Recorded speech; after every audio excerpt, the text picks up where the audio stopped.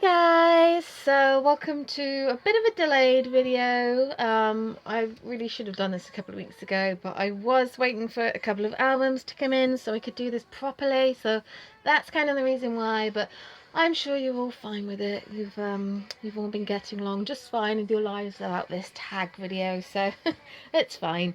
But yes, I am doing the 2016 K-pop album tag. Kind of just to share my faves, and yeah, if you haven't seen the tags, then check them out. There's a number of them that have done them, but yes, this is mine and my opinion, so I'm fairly certain that some of this might annoy certain fandoms, but hey, never mind. Hey, we're all different. Hey, right, okay, so favourite album of 2016. Well, this was quite difficult for me because I had a couple that I really love this year.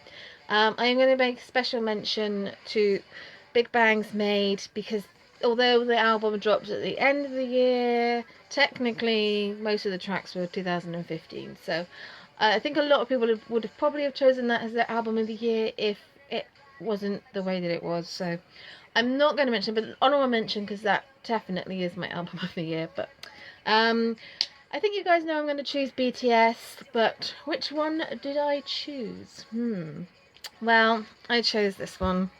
As much as I love Wing, and I love Wing so much, and I'm really looking forward to the special album, this was the completion of a truly exceptional piece of work. The whole Young Forever trilogy was just amazing. It was such a massive achievement for the guys, and such a turnaround from I Need You to Fire, and that whole journey that they went on, and I'm just so proud to be ARMY, and this album is just incredible. There's so many tracks on here, so many remixes of songs that I could not have imagined were as amazing as the originals. So this is definitely my favourite album of the year. I absolutely love it. So Young Forever, oh, I just love it. And I love Wing as well, don't get me wrong, but this is a very special release indeed.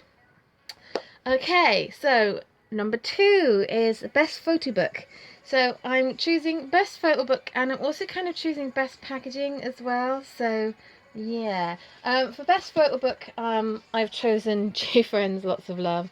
Well, I love their photo books anyway. They always do such an amazing job. The packaging is always really pretty, but the photo book's always really thick, and the photos are always in like this just glorious shiny HD. It's just perfection, and I just love it. I really do. Their photo book for I say Augustus 2, their second one, oh my brain, it's frozen, is still one of my favourite one. Flower Bud is what I'm trying to think of. Flower Bud. I'll speak of the girls. Yeah, I just love their photo books. So this is definitely my my favourite photo book of 2016. However, it's not my favourite packaging, because it takes me ages to get this back in the freaking... Oh, get in. I know I'm not the only one, so it's fine. My struggles are real. But yes, it's my favourite photo book for sure. I also want to make a special mention to GOT7's Turbulence, a really great album, but this is how you do a member version. I'm not a big fan of the actual case because mine came a bit damaged, but the fact that this box is beautiful, and there's lots of little bits and bobs in here as well. I love when albums are kind of like that, because you know they're not going to be damaged or anything. But having stickers with... I got Jin Young's version if you didn't know. So having stickers with like their names on and everything is amazing. But having a whole book, TS Entertainment, I love that whole kind of concept. So you know, the member version thing's kind of a thing now. So this is how you do it properly. So I applaud JYP, because they don't always get packaging right, as in GOT7's first release. So kind of, I wanted to make this an honorable mention, but my favourite packaging / photo book concept is this beautiful thing. Jessica's Wonderland is just glorious. I mean, oh, if you own this one, this is probably going to be so many people's, but it's just, oh, listen to that. It's just so pretty. It's so pretty. And it's got a lovely photo book in it as well. And then there's a little story about a girl called Jess who dreams of her land of white. And it's just magical. So this is probably going to be my proper answer. But maybe the others were like an honourable mention. But I love this one so much. Worst packaging. So I'm not going to choose a specific album for this one, but I am going to choose a specific style that SM has started to use quite a lot, and it is this stupid thing here. This whole jewel case and photo book in a slipcase. I'm not even gonna. Why SM? Why do you keep doing it? You keep doing it for. You've done it for Red Velvet. For Red Velvet, they've not really had any proper nice packaging, so I hope they get something this year. And shiny as well. They wouldn't give EXO one of these. Just thinking, have they ever done that for EXO? Mama doesn't count because that was a Chinese version. They would never do that for EXO. So why do you think that's good enough for shiny? Huh? I'm talking to you, SM. I'm talking to you. So yeah, that annoys me. It also annoys me when laziness comes into it and your photo book is only half a photo book. Lovely photos, don't get me wrong, I'm just saying, but I would have preferred a much fuller photo book. There should be more. So if you're going to do it properly, like the Got7 thing. That's what annoys me. So those different types of style, if you're going to do a member version, do it properly. Another one, I suppose, would be this kind of thing. Oh, hello, Jong Up. Member versions should not be just the cover. They should be the whole photo book. Just saying. So those are the things that annoy me. So I do apologise. Anyway, going on to the next one. So best solo. This probably comes as zero surprise, but Yixing. Obviously, I'm going to choose my beautiful Yixing. This was amazing. Such a talented young bae, and I'm loving the fact that I get a whole album with his beautiful voice, plus a whole photo book just with the glorious Zhang Yixing. I mean, come on. Oh, he's just so handsome. Fangirling, sorry. So yeah, definitely my solo of the year. I love it. I love the fact that SM have given him this lovely gift and given us a lovely gift as well. And I like the fact that SM are kind of branching out and they're releasing a lot more stuff with their artists, doing things a little bit differently. So I do applaud SM for that. This is really cool, but very thankful indeed. I also want to mention Dean.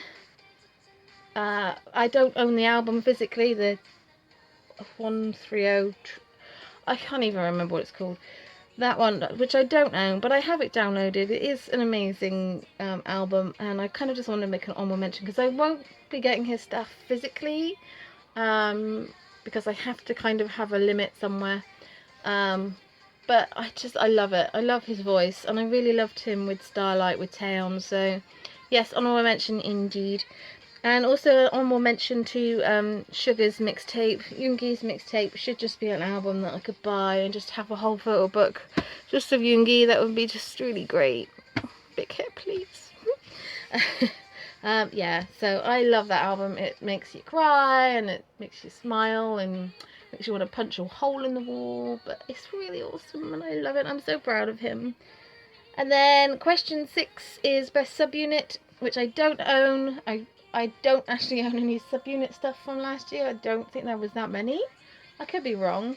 But I chose CBX just because I really like the fact that Xiumin's got a bit of chance to sort of shine, and I really like Hey Mama. So yeah, that was just a quick mention because I can't really do that properly, if that makes sense. Number 7, best rookie. Well, I have 2. So first of all, my rookies of 2016 are Blackpink. Obviously I'm going to say that because I am trash for Blackpink, but I also want to mention these guys who hopefully you will know I've talked about, K&K at Kunakun. I love these guys so much. I really think they're so talented, and they had 3 releases last year and I'm so thankful that I was able to find them. I really was. So yay! Definitely check them out, and I really hope they have a great new year in 2017, and I hope Blackpink get to release a physical album soon, and yeah, just take 2017 by storm. So, yay! Question 8, best Japanese. This beautiful thing right here. Taemin, Sayonara Hitori. This is one of my favourite songs of the year. Oh, if you've not heard this, oh my god, if you haven't heard this, then please, if I remember to link it down below, I'll link it down below, but if not, please go and check it out, because it is amazing. It's such a beautiful ballad, and yeah, it's quite the saga, I have to say. So definitely my best Japanese release, and definitely one of my favourite songs of the year. Question 9, album that surprised me. Well, this is quite easy for me, because there's a group that's been around for a little while that I didn't really have much to do with before 2016, and I never really liked their style of music, but this year they really changed my mind. Mamamoo! Yay! Mamamoo just blew me away this year. I love these girls so much. Their music is amazing, it's crazy, and a little bit sexy, shall we say, and I just really love their fun side. I really love their personalities, but this album is really, really good, and one of my favourite albums of the year. So definitely an album that surprised me, because up until that point I didn't really like their other stuff, but this is like the turning point. So after listening to this release, I went back and listened to the rest of the releases, and it all made sense, and it was perfect. So yes, what you gonna do? Hoping for more in 2017.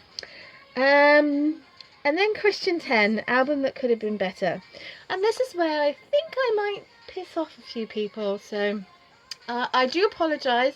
I would like to remind you that I'm probably in the minority. I understand that, but I am also entitled to my opinion, so please don't shout at me. Exact. I'm sorry. I'm really, really sorry. But this album, it just didn't do it for me.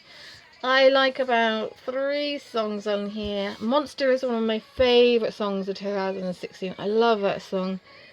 And I'm not a big fan of Lucky One. And there are a couple of tracks on there, that One and Only, that I really love as well. And I'm just trying to think of the other one that I like. Artificial Love. Here's the track list. That's really the only ones. I really enjoy the instrumental for Monster as well, but I really didn't like Artificial Love to begin with. But then after watching as many fan cams as I've done, I've come to the conclusion that it's alright. Yeah, I just didn't feel this album, to be honest with you, and I think it's just because, like, Exodus especially, and their first one, XOXO, which has a very special place in my heart. They're 2 of the best K-pop albums that have ever been produced. I mean, they're amazing, and I just feel this isn't as good. So I'm really sorry, but I do feel it could have been better. I don't like the shift in style. So, yeah, I want them to kind of release some of their, other stuff. I just really like their older stuff, though. I have a thing about the Christmas one. I don't know if you've noticed, but I've not done an unboxing for their Christmas one. And that is because I don't really feel it also. Miracle in December is one of my most favourite songs from EXO. It's such a special song to me. Like, I literally could listen to that song 100 times a day. It's so beautiful. And they're kind of like benchmarks for me when it comes to EXO. And the last 2 Christmas ones haven't really done it for me. So a similar kind of thing here. It just doesn't feel like Exodus. Which I know it's not supposed to, but it just, yeah. Anyway, so I do apologise, but that is my opinion, so yes. Okay. And then 2 album recommendations. Wow, I'm 15 minutes in, shit.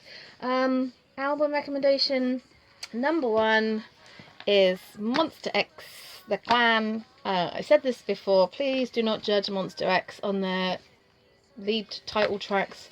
Please judge them by their albums. Their albums are just freaking amazing, and I absolutely love them. Their albums are always absolutely flawless. So I kind of really would like you guys, if you haven't really checked out their albums, please do so, because they are amazing. And the main one that I wanted to kind of recommend was the reason why this took so long. I finally have it. B1A4's Good Timing. These guys are like they're so underrated. I don't think so many people don't realise how amazing they are. They're just, their music is so lovely, and this album is astonishing. It really is. And I was just really determined to make sure I did this tag with this album. So definitely, if you haven't checked this out, please do so, because it is amazing. Amazing. And then question 12, album I wish I had. Oh my goodness me, there's so many from last year that I still feel I need to get. I guess I would say Shiny's. I still haven't gotten Shiny's album yet. I kind of would like to get Dean's physical album, but I don't know, I've done pretty well. There's a few, but I would say probably Shiny. I will get the repack at some point. I just haven't quite got round to it yet. So yes. And then the last one, just a quick one, which is kind of one that I've kind of added to myself, and I kind of just wanted to mention it, is MV of the year. It just means that I can just talk about this. The MV for Skydive, which was amazing, very much like One Shot. It was just incredible. And when this little shit gets up, oh, the betrayal, bad boy. It's always the quiet ones. I just love it. I just love that whole dramatic MV kind of style. It's really rare, so I really love it. So yes, that's my K-pop tag for 2016. I hope you guys enjoyed. Please feel free to do your own and let me know, or please feel free to leave a comment and shout at me because you really love EXO's album or whatever. I didn't, so but yeah, there have been so many great releases this year, so it's been really difficult to do, but I hope you guys enjoyed. Till next time, ciao.